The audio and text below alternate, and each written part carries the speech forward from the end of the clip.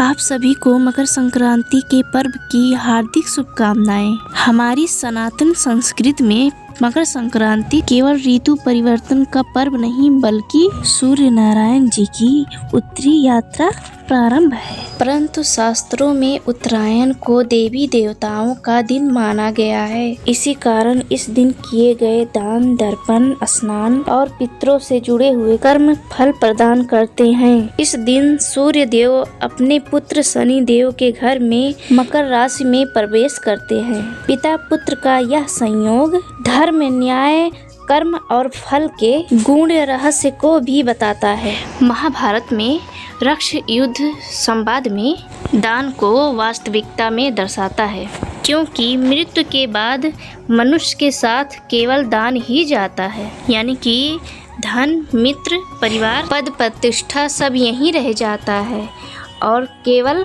दान पुण्य हमारे संग जाता है। इसीलिए दान पुण्य को हमारा मित्र भी कहा जाता है। इसीलिए मित्रों, मकर संक्रांति के दिन दान का विशेष महत्व दिया गया है। कुछ लोग इस दिन विशेष नियमों का पालन भी करते हैं, कुछ नियम भी उठाते हैं और वहीं कुछ लोग अपने घर में सुख समृद्धि पाने के लिए 14 वस्तुओं का दान भी करते हैं और यह 14 वस्तुएं घर में जीवन में सुख समृद्धि लाती हैं, आने वाली रुकावटों को और जीवन में आने वाले दुर्भाग्यों को भी दूर करती हैं। आइए जानते हैं इस बार मकर संक्रांति के पावन अवसर पर हम कौन से 14 वस्तुओं का दान अपने सामर्थ्य के हिसाब से कर सकते हैं।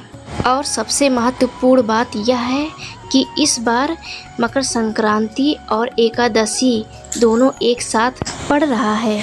इसीलिए दान करते समय आपको विशेष बातों का ध्यान भी रखना पड़ेगा, क्योंकि आपको एकादशी का पालन अधिक करना पड़ेगा, क्योंकि ना चावल और ना ही चावल से बने किसी भी वस्तु को आप दान कर सकते हैं और ना ही आप ग्रहण कर सकते हैं। इस बात का आपको खास ध्यान देना पड़ेगा। इस दिन दान के लिए सबसे प्रमुख चीज है तिल, काले और सफ़ेद तिल। तिल को शनि देव का प्रतीक भी माना जाता है, इसलिए आज के शुभ दिन पर तिल को किसी योग्य व्यक्ति को या ब्राह्मण देव को दान के रूप में दे सकते हैं। आज आप जब दीप जलाएं तो 14 की संख्या में जलाएं और उसमें थोड़ा थोड़ा सा तिल ज़रूर डालें और उसके बाद उन दीवों को उनके योग्य स्थान पर रख दें। उसके बाद है ऊनी वस्त्रों का दान। आप ऊनी चादर या ऊनी कंबल सर्वश्रेष्ठ है। आप भूल कर भी पुराने वस्त्रों का दान बिल्कुल ना करें। साफ सुथरा दान करें और किसी योग्य पुरुष को दान दें। जिसको इस वस्त्र की आवश्यकता हो उसे ही दान करें। अगली वस्तु है गुड़। गुड़ को गुरु के लिए प्रिय वस्तु माना जाता है। ये जितने भी दान बताए गए हैं ये सभी सामग्री नवग्रहों के प्रतीक बताए गए हैं।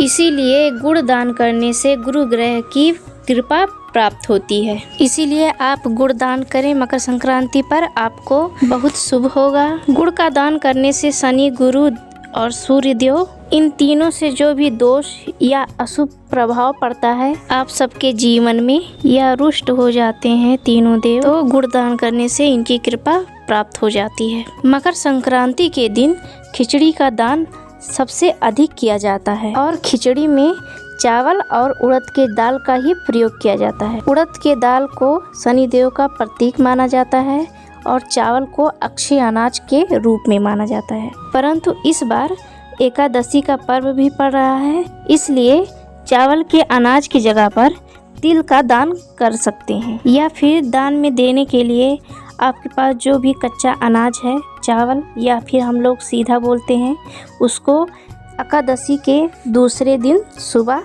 हम लोग दान दे सकते हैं। और आप नमक भी दान दे सकते हैं।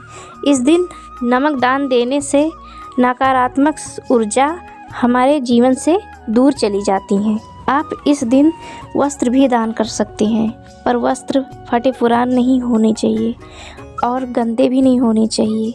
साफ सुथरा और सुंदर होना चाहिए और आप दान दे सकते हैं। परंतु आप दान देते समय सावधानी बरतें कि आपके द्वारा दिए गए वस्त्र किसी के उपयोग आ सके, तभी वह दान फलित होगा। अगर आप किसी ऐसे व्यक्ति को दे दिए हैं जो इधर उधर फेंक दिया हो। जब तक उस दान का तिरस्कार होता रहेगा तब तक आपका दान दिया हुआ फलित नहीं होगा और आपके जीवन में बाधाएं और परेशानियां आती रहेंगी। आज के शुभ दिन पर देसी घी का दान करने से आपके करियर या व्यापार में बरकत का भंडार होने लगेगा। करियर में रुकावटें आ रही हैं तो घी दान करने से आपके करियर में सुधार आएगा। जीवन में किसी भी प्रकार की रुकावटें आ रही हैं, बाधाएं आ रही हैं तो आप घी दान करने से आपके जीवन में सुख समृद्धि प्राप्त होती है। इस दिन गौ को चारा जरूर खिलाना चाहिए। परिवार के हर सदस्य को गौशाला जाकर चारा जरूर खिलाना चाहिए या फिर जहां गौ माता रहती हैं वहां जाकर चारा देना चाहिए। ऐसे में आपके जीवन का दुर्भाग्य दूर होता है और गौ माता में 33 करोड़ देवी देवताओं का वास होता है। ऐसे में गौ माता को प्रसन्न करने पर 33 कोटि देवी देवताओं का आशीर्वाद भी मिलता है। इस दिन दान करने से पूरी जीवन पुण्य प्राप्त होता रहता है। इन चीज़ों के अलावा कुछ और चीज़ें भी हैं जो आप दान कर सकते हैं। आप 14 की संख्या में भी दान कर सकते हैं, जैसे कि आप 14 मोजा भी दान कर सकते हैं या फिर 14 स्वेटर भी दान कर सकते हैं या 14 शॉल भी दान कर सकते हैं। आप एक ही व्यक्ति को दान ना करें, अलग अलग व्यक्तियों को भी दान कर सकते हैं या फिर 14 तरीके का फल या 14 संख्याओं में भी दान कर सकते हैं। इसके अलावा भी आप सुहागन की सामग्री भी दान कर सकते हैं। आइए बताते हैं इन सब चीज़ों के अलावा भी आप किन वस्तुओं को भी दान कर सकते हैं। आप तांबे के वस्तु को भी दान कर सकते हैं, जैसे कि तांबे का चम्मच हो गया, तांबे की कटोरी हो गई, तांबे का थाली हो गया। आप कुछ भी दान दे सकते हैं। आपके पास सामर्थ्य हो तो 14 के हिसाब से भी आप दान दे सकते हैं। अगर जो आपके पास सामर्थ्य नहीं है तो आप सच्चे मन से एक ही वस्तु दान करें, आपको एक ही वस्तु से फलित मिलेगा। और आप इस दिन पीले धातु का भी दान दे सकते हैं, जैसे कि सोने से बने हुए वस्तु या फिर हल्दी का कुमकुम या फिर हल्दी दान दे सकते हैं। और फिर आप अपने घर पर हल्दी का पौधा भी लगा सकते हैं। और फिर इस दिन आप तिल और गुड़ के लड्डू भी बना सकते हैं और सेवन भी कर सकते हैं और दान भी दे सकते हैं। उड़द की दाल, आप उड़द के दाल को दान में भी दे सकते हैं। उड़द का दाल शनिदेव को प्रसन्न भी कर सकती है। आप इस दिन मूंगफली को भी दान दे सकते हैं और चावल की जगह पर आप साबूदाने को भी दान में दे सकते हैं। यह समय मकर संक्रांति एकादशी का शुभ समय बहुत सालों के बाद आता है, इसलिए आपसे जितना हो सके उतना दान कर सकते हैं। इस पावन अवसर पर आप जितना भी दान करेंगे आपको उसके फल की प्राप्ति ज़रूर होगी। आप लोगों को यह शुभ जानकारी कैसी लगी, आप लोग हमें कमेंट बॉक्स में ज़रूर बताएं। राधे राधे।